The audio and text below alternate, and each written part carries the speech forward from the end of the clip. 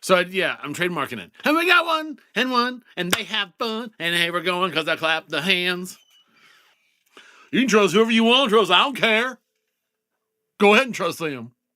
Hey, my name's Steven. Don't trust this man. I don't know. I've never told you this, have I? I haven't.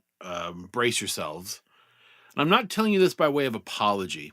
This is more just BTS, a little behind the scenes action, a little hashtag DTTMBTS behind the scenes information for you. I don't prepare for these.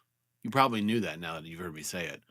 It's not true. I shouldn't say I don't prepare for these. I think about what I'm going to talk about on Don't Trust This Man all the time. I'm always thinking about it. I have like a little studio up in my head, an office in my brain that's just Don't Trust This Man. Remember that episode of SpongeBob where he's a fancy waiter and he clears out everything in his brain except for the stuff around being a fancy waiter? Got an order from the boss. Dump everything that isn't about fine dining. Everything. That's how I am about Don't Trust This Man a lot of the time. I think about what I want to say, why I want to say it, what's the point, what's the goal. But I don't actually prepare. I don't prepare thoughts or comments. I don't write things down. It's important to me that this be a conversation. Now, it is decidedly a 21st century conversation because you're not replying to me in real time. And that's kind of part of what I like about it. Not because I don't want to hear what you have to say, but because it allows me to sort of get it all out of my head. In fact, nothing could be further from the truth. Is that right? Further? Nothing could be further from the truth. I would love for you to respond to me. You know that? I want you to email me and say stuff on Facebook. I don't want like trolls, but that's life. But I do want to hear from you. I want to hear what you have to say about what I said and what you want to talk about. But I like the fact that I can have, it's like, as someone has said, and I really appreciate this. Thank you, Cliff. It's like having a cup of coffee. I hope. Like having a cup of coffee with a friend. Just a friend who sometimes has trouble ordering his thoughts. And once he gets started talking, won't shut up for at least 10 minutes. I'm that friend. I also say that because I know my thoughts meander. And because oftentimes what happens is I'll have a core sort of thing that I know I want to talk about. But how exactly I want to sort of approach it, I don't really know until I begin talking here. So we're discovering together. It's like science. This topic has been stewing, steeping, brewing since we began with these new episodes of Don't Trust This Man sometime last year.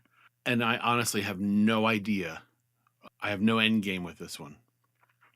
I don't even know if I'm right in my sort of presuppositions about talking about it.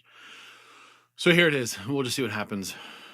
I have I have weighed more than I want to weigh for most of my adult life. I was a big baby, 11 pounds, 4 ounces. You're welcome, Mom. Big kid, but nothing crazy.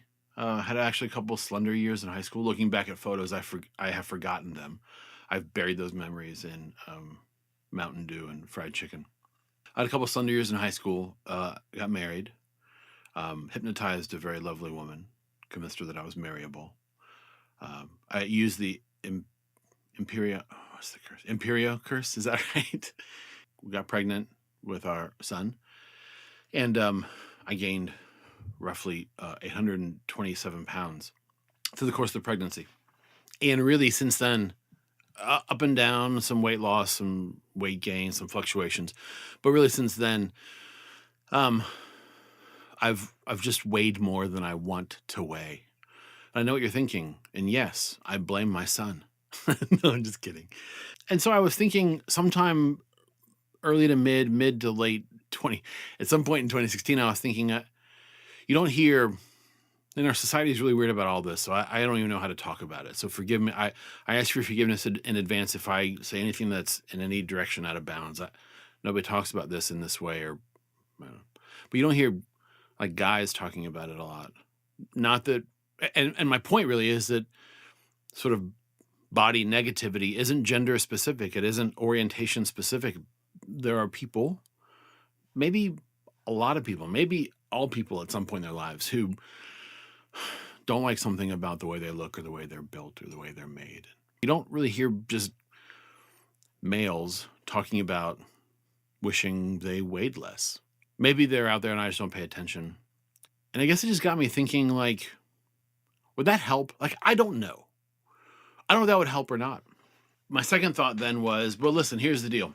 If I did see a male person on TV or a celebrity or a public figure talk about their struggle with wanting to weigh less or look different or be healthier or whatever, outside of the context of selling me something or outside of the context of, the book deal they just got or trying to get Instagram follow, if I just heard someone just talk about how hard it was for them to not eat the third or fourth piece of cake, or if I heard someone enumerate the pain, the internal dialogue of the sort of helpless fight to not have more, and then the shame you feel once you do. I don't know if it'd make me feel better or not, but I think it might make me feel less alone in my struggle. And so that's why I'm here right now saying these things. If you are watching this and there's something about yourself you don't love, I'm not going to try to fix it for you.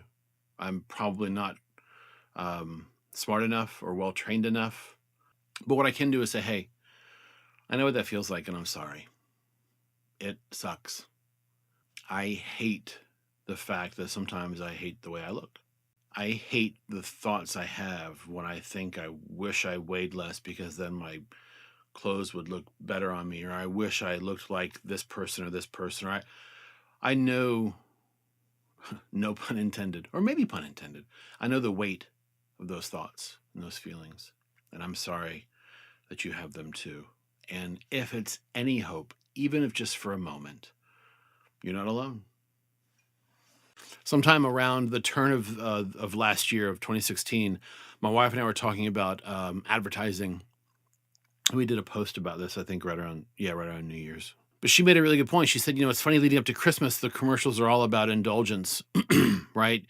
Indulge, and there are these connections drawn between indulgence and family and feeling good and feeling full and all that stuff.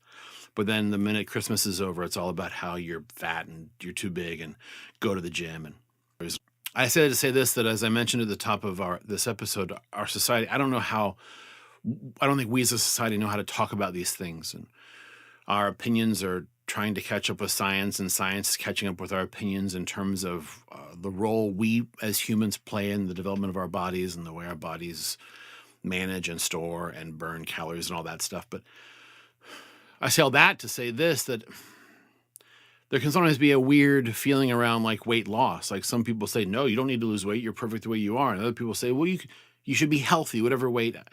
I have no idea what the solution there is. Here's what I know from myself. I feel physically better when I weigh less than I weigh as of today. And I want to do the things I can to contribute to a longer life for myself, for my kids and for my wife, and maybe one day for my grandkids.